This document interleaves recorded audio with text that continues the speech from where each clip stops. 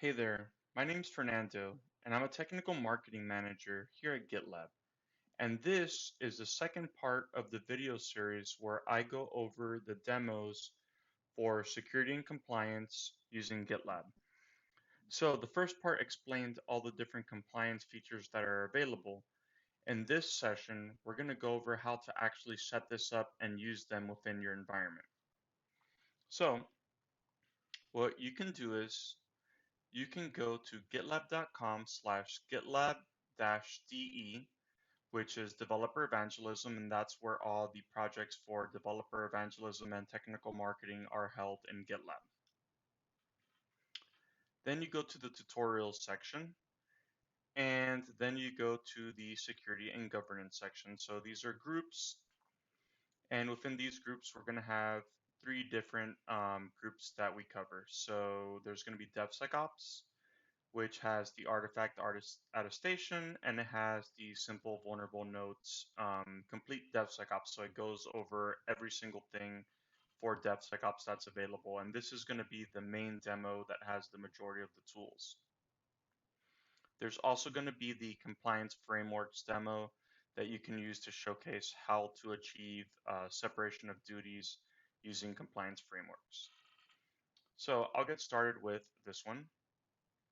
So this is going to have the full DevSecOps pipeline, and it even has documentation, if you click on this, that has lessons on how to get started. And a lot of this can also be provided to the customer, to anyone who wants to get familiar with GitLab and how to implement and use these tools. It'll have everything from an overview of what DevSecOps is and how GitLab leverages it, and it'll go over the prerequisites of everything that you need to get this set up. So you're going to need, for this particular example, you're going to need Google Cloud, GitLab Ultimate, so make sure your account or a group that you're using has GitLab Ultimate present. And you're going to need the Google Cloud SDK, which you can download. You're going to need kubectl to access a Kubernetes cluster, and Helm to deploy particular parts of the cluster. So this guide will go over how to actually create a cluster and then how to add that cluster later on to your project using the Kubernetes agent. Then it goes over how to deploy the actual demo application and how to add it to your environment and how to set up all the security scanners and leverage everything within. So the first main part of the setup that we must do is we must go ahead and create a cluster on GKE. You can use Amazon's service as well, or any cloud provider, but the instructions are written specific for GKE.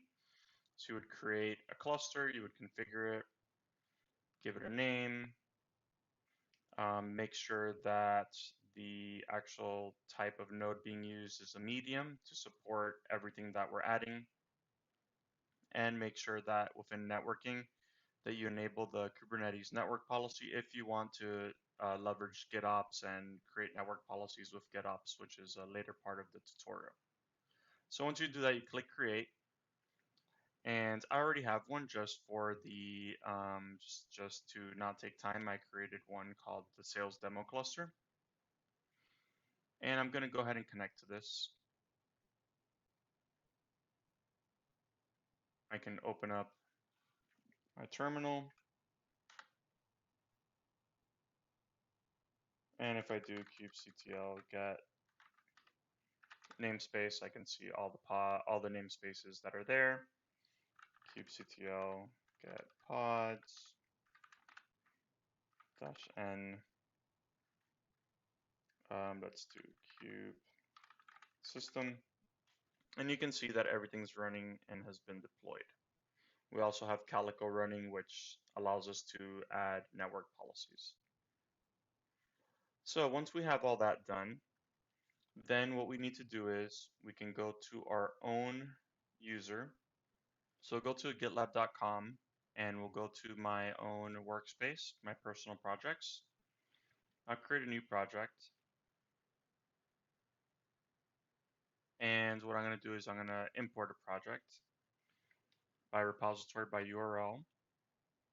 And I'm going to clone the HTTPS repository URL, add it on there.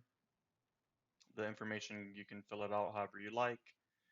And then I'm just going to go ahead and create that project. But before doing so, I'm going to make sure that I add this to the correct group, which would be my user account. And you must make sure that you can add this to either your user account or any group that you have that has the ultimate license. So I go ahead and create this, give it a few seconds, and now this project is already ready to go. So I've added it, and now there's just a few things I need to configure. So I will go to secure, sorry, not secure. I will go to operate Kubernetes clusters, and then I'm going to connect the cluster with an agent. And the simple notes will always be there in the dropdown. I'll click register, and I'm going to copy this helm command, go back to my terminal, and paste it.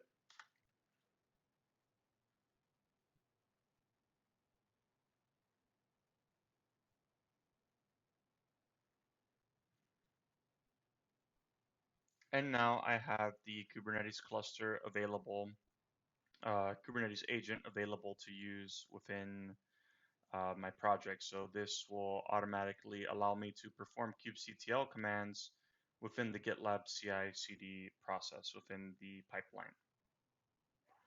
So going back, I'm going to go ahead and close this. And there's one more thing I need to do, which is install the ingress controller to make sure that I can actually access my application, because this application allows for users to actually perform actions on it. It's a pretty realistic application where you can perform SQL injection and really get to know the security tools that are being leveraged. So in order to do that, we go to here, step 7 in the Kubernetes cluster manual creation, or sorry, the installing an ingress controller section. Go to step 7 and perform the Helm install of the ingress controller, and it's going to add different policies or different annotations to it. So we're going to go here, go back, and apply this. Now this should take a few minutes for it to complete. All right, and now it's done. We've installed the ingress controller, and we can do a kubectl get namespace. And we see the ingress nginx namespace there. So we do kubectl get pods -n, and we can see that the ingress controller is running successfully. We can also check if the service to actually expose the ingress controller as a load balancer is available. So we can do get svc-n, and we can see our external IP, which we can leverage to access our application. So now that we have all that done, we go to the project that we cloned that has the agent attached. Let's make sure it's connected. So let's refresh this. So we can see it's connected. We have the ingress controller ready. We have pretty much everything good to go. And now all we need to do is we go to build, we go to pipelines, and we run this pipeline on main. We don't need to add any additional input. And you can see here that we're going to build the simple notes. We're going to generate pages from it. This, don't worry about it. This may not work as needed just because the paths and things have changed, but the build simple notes is going to work. All the code security scanners are going to work. The deployment will work, and then we run DAST on that deployment to find vulnerabilities in the system. So this is probably going to take a couple minutes. So just wait for that to run, and we'll go back to it. But the next thing that you're going to do after that's running is you're going to want to create a merge request. So that way you can see the diff of the vulnerabilities found within the main branch versus in the feature branch, and you're going to want to be able to show that merge request view. And in order to do that, you can just edit using the web IDE.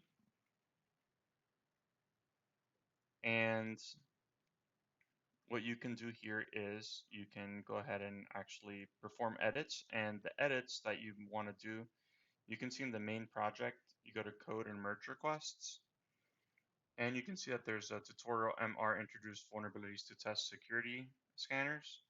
Well, what you can do is you can see the changes, and then you can just copy and paste them and apply them to the actual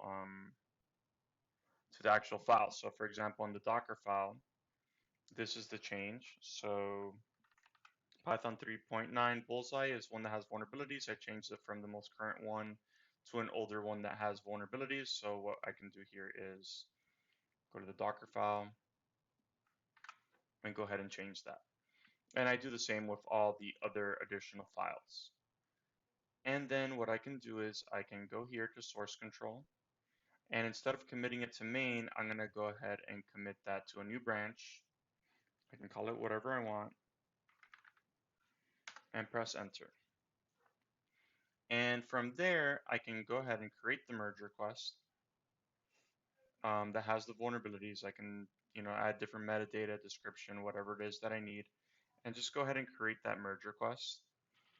And then you can see that the pipeline is going to run with all the different jobs. And you can see it's a little different because now it runs different types of DAST, and then it'll run the API fuzzer, and it'll do a cleanup script, and it just runs differently because it's an MR based off of the rules. And everything's included in this project. We're going to see, what is it? We're going to see within the GitLab CI YAML that all the templates are automatically added for the security scans. So now we have all that completely configured. Once this runs, you'll see that once this continues to run, we'll see a list of all the vulnerabilities that are present and every flaw within the system. So that's one way to get started. You won't see it until the actual merge request is completed, or the pipeline of the merge request is completed.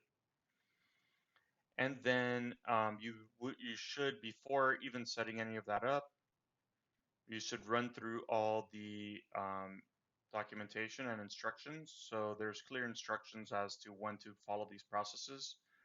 Adding the merge request will be part of the developer workflow, so you should do that then. Before that, it would be important to set up the policies.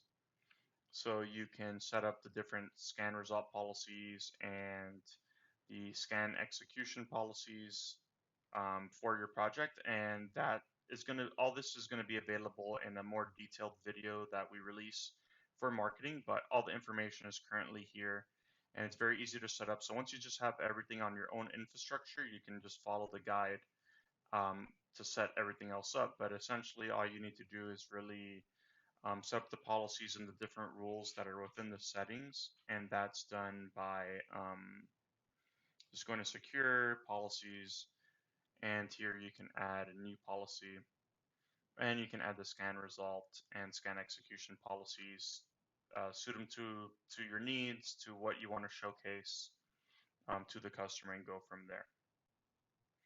Same goes with the security configuration. Everything's already configured, so there's no real need to actually go through this. But what you can do is enable the training here from our different partners, so that way that can be seen in the vulnerability report or the MR view. So once you have all that, you'll just be able to go through each GitLab feature as needed throughout the actual project. And then you can see in the settings, there's also merge request settings. There's also options that you can add. There's approval options that you can configure and go from there. So that is essentially how you configure the main DevSecOps project that we use throughout the recent tutorial, or the recent overview of the different features. The same thing applies for POEM artifact attestation. For this, you don't need to do anything other than just clone it into your workspace. So you don't need to set up the Kubernetes cluster for this one. All you need to do is just clone of HTTPS. And within your group, all you need to do is, where is it? Groups. Or sorry, I just go like this.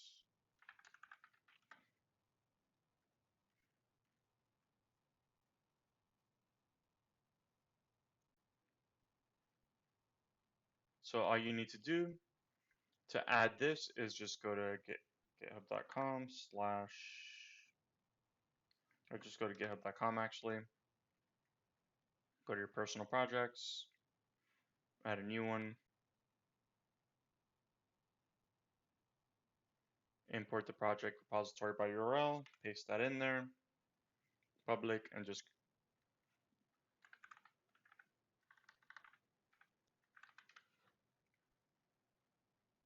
then add it, and you're good to go. And then you can just run the pipeline as we did for the other one, and then copy over the merge request that you see here in the POEM artifact attestation. So you'll copy that over. You can find it in code, merge requests, and then go from there and copy this merge request over once you've actually cloned the project into your workspace. Now to cover the last one, which is the compliance frameworks and how to implement that and add this to your system, very similar process. The only thing that happens here is that you need to clone this into an actual group. It can't be your user account, so it has to be another group with ultimate license. So for that, let's go to the tech marketing group, which is the old group where we used to keep our tech marketing projects. So this, you may not have access to this. You need to do it on something that you do have access to. Just make sure that it's a group with ultimate license. So what I would do here is I create a new subgroup and I call it, let's say, Fern Compliance. I can make it public just because I want to showcase and there's no confidential information, so I'll do that. And then what I can do here is I can just create a new project. Same thing. Import project, repository by URL. I'm going to copy this accounting department, which houses the actual project which we apply a configuration pipeline to. So make that public. And then we're going to do the same exact thing with the compliance configuration. So we're going to clone that. And we're going to add a new project. Import repository by URL. Go here, make it public, and we create the project there.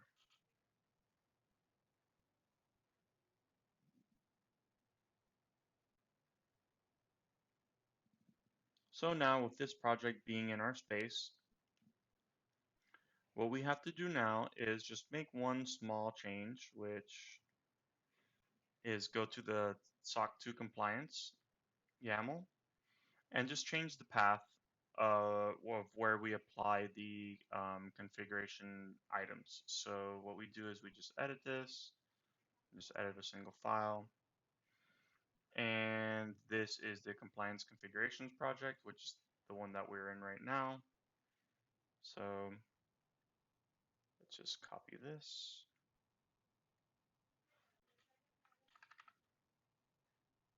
And I'll just go ahead and change this. All right, that's the new path for the project. And then I'm going to commit the changes. Okay. And now what I need to do is I need to go back to the top level group. So in order to apply compliance frameworks, I need to make sure I have access to the top level group where I am creating the policy. So from there, I'll go to the general settings for the top level group. I will go to compliance frameworks and I'll add a new framework and let's just call it sales test.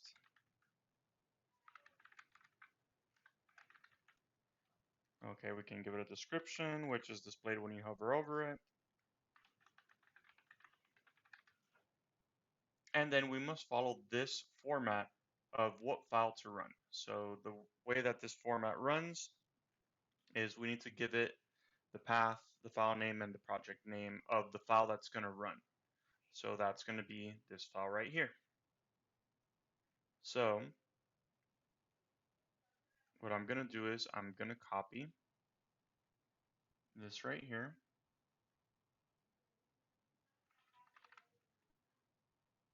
And I'm going to paste it here, but I'm going to have to change this. So it's going to be .soc2.yaml at tech marketing. So it'll be the name of the file and the path and the name of the file. It's in the root directory, so that it's just going to stay like that. At, and then the complete path of the group up to the project. Then I'll pick a color and add the framework. So now the sales test compliance is set to load this file. Now, the next thing we're going to do is we're going to go back to compliance configurations. We're going to go back to the main group, and within the accounting department, we can go ahead and run the pipeline. So build pipelines, and then we can run this pipeline on the main branch. And we can see that it just has the jobs that are within the accounting department. So there's no actual jobs for compliance. So you see that there's only these 3 jobs, which gets the total yearly income, monthly income, and generates a bar chart. So that shows that right now there's no compliance policies being run. But what we're going to do now is we're going to go back to settings. We're going to go to general. And under compliance framework in the project, we're going to go ahead and apply that sales test compliance and save the changes. So let's go back to the project overview. And you can see the sales test compliance demo label has been added with the description when we hover over it. Now, when we run another pipeline, let's say we build pipeline, and let's go ahead and just run another pipeline.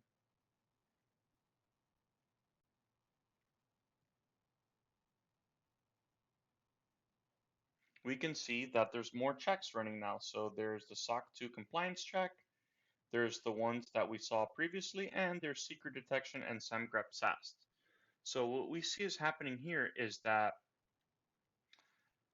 we are loading, not only are we loading different compliance jobs that we defined in the other project, but we're actually defining, still running the jobs that were created in the original project. So what this does is it allows separation of duties because developers can work on what they do best, which is actually creating the code and working on the code. And then from there, we can have compliance officers of the security team write the compliance checks that will be applied to the project, and developers won't have access to being able to change any of this and change what loads. They only have access to the actual application requirements.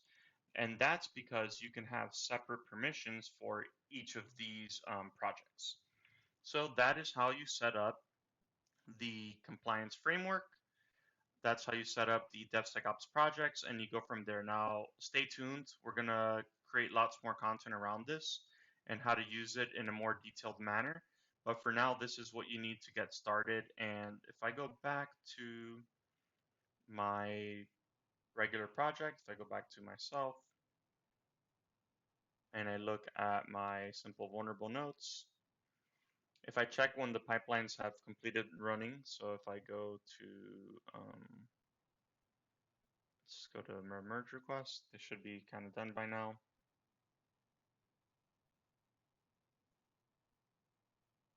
You should see that security scanning is loading, and there should be a bunch of vulnerabilities there in the system.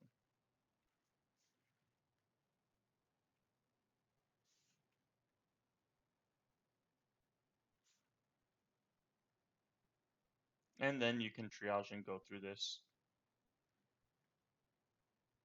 Now, if you encounter any issues with this process, please let me know and report it, and I'll be happy to continue to work on it.